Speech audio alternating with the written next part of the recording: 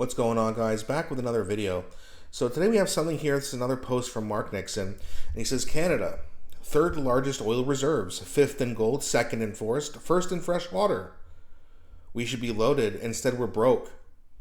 Liberals' anti-energy obsession chased investment out. Now their solution is tax-funded projects that might exist in a decade, or within 4 to 8 years, according to Mark Carney. So Pierre Poilievre is going to absolutely rip into Mark Carney here, as we always enjoy him doing. So we're going to have a look at this, but before we do, please don't forget to like and subscribe, as it really does help grow the channel. And I appreciate you guys so much for doing that for me. So let's take a look, and then we'll talk about it. What we have today is Mark Carney, after 6 months, has not approved a single national project anywhere in Canada.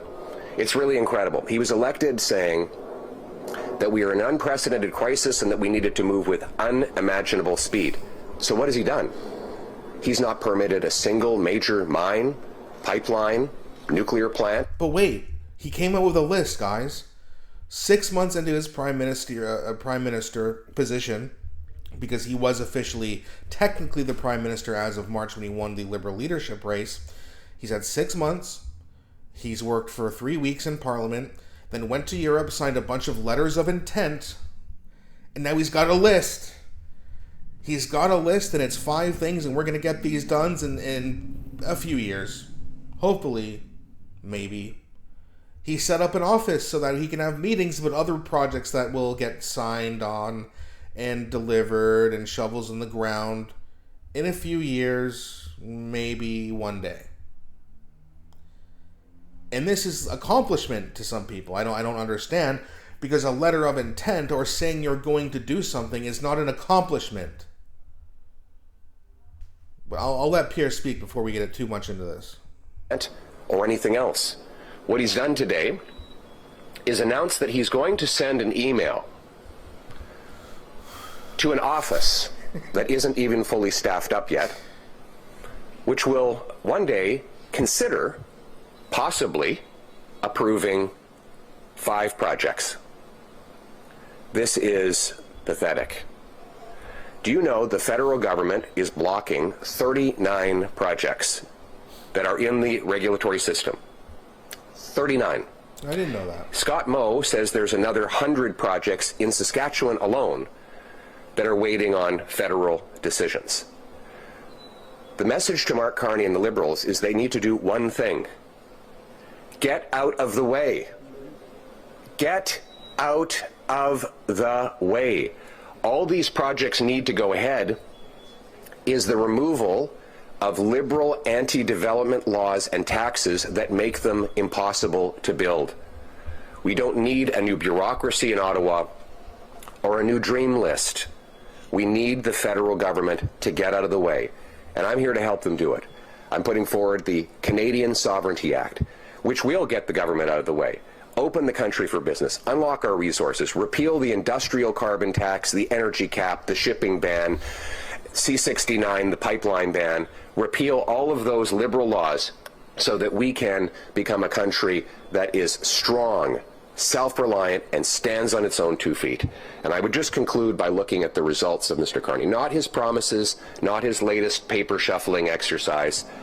$62 billion of net investment has left Canada since he became Prime Minister. That is the worst 5-month record of investment in Canadian history. Mark Carney has lost 86,000 jobs, and there is nothing to show for his 6 months.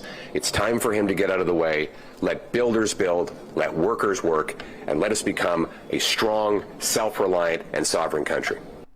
And some people will look at this and call Pierre Poilievre hateful. They'll say he's mean and he's not prime ministerial, and he's just too much of an attack dog. He's too much of an asshole. I mean, he's not going to be nice to a government that promised accomplishments at speeds which we'd never seen before. It took him 6 months to come out with a list.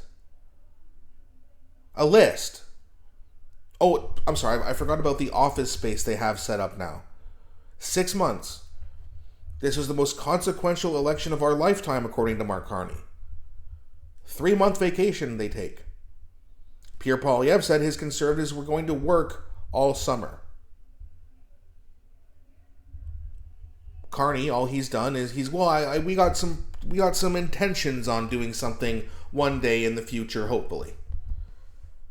All he's trying to do is bide himself time and say, oh, hey, whoa, I haven't had enough time yet, guys.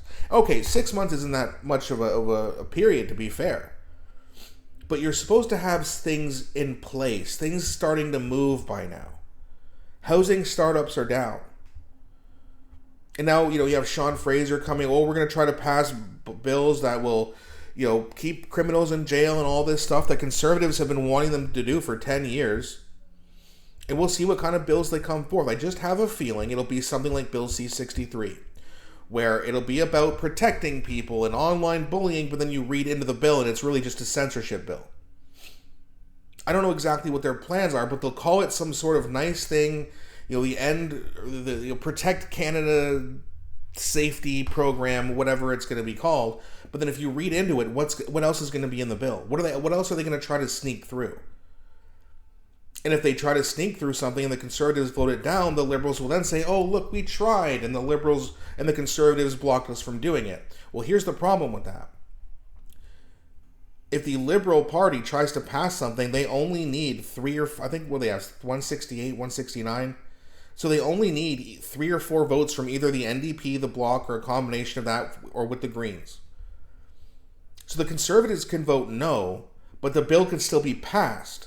So if it's passed and yet over the course of a year or two, nothing gets better, what will the Liberals go to? Well, the Conservatives voted against it.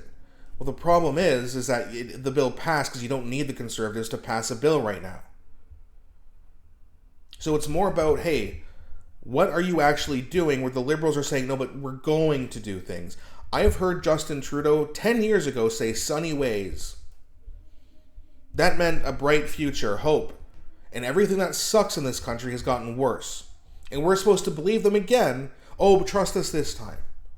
Now we're going to do it eventually in a few years, and we're going to pass bills. And again, we'll have to see what happens on Monday.